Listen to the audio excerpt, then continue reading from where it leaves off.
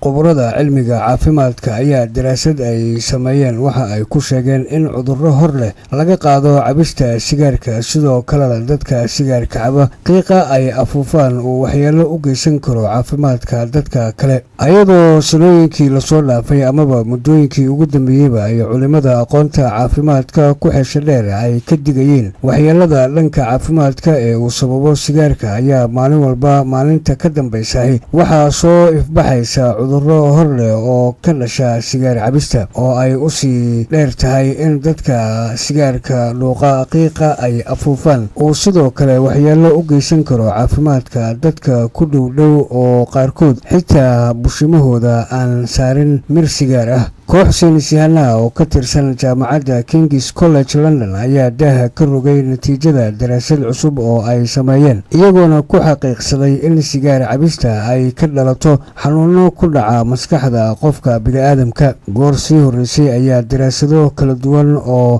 la xiriira sigaar cabista waxaa lagu xusay in ay keento cudurro ku dhaca sambabada, iyadoo habka neef-qaadashada uu u keeno dhibaato culus kuwa ku dhaca jirka qofka, islamarkaana uu sababo cudurro kala duwan oo halis ba'an ku ah caafimaadka jirka bini'aadamka. Daraasadan cusub oo ay sameeyeen saynisyahanadan waxay kaloo farta ay ku godeen in sigaar cabistu ay keento sare u kaca dhiigga amaba waxa loo yaqaano blood pressure ee dhiigkarka afka Soomaaliga lagu yiraahdo, waxaana ay ugu baaqeen in qofka inta uu ku cusub yahay sigaar cabista amaba uu da'yar yahay uu joojiyo halistaasi caafimaad. Cilmi-baarayaashu waxa ay tijaabo ka qaadeen ilaa iyo 8,800 oo ruux, kuwaasi oo da'doodu ay ka weyn tahay 50 sano jir, iyadoo ay muujisay daraasadu in dadkaasi kuwa sigaarka caba ay ka heleen dhibaatooyin xagga maskaxda ah, dhibaato wax akhrinta amaba waxbarashada saamaysa,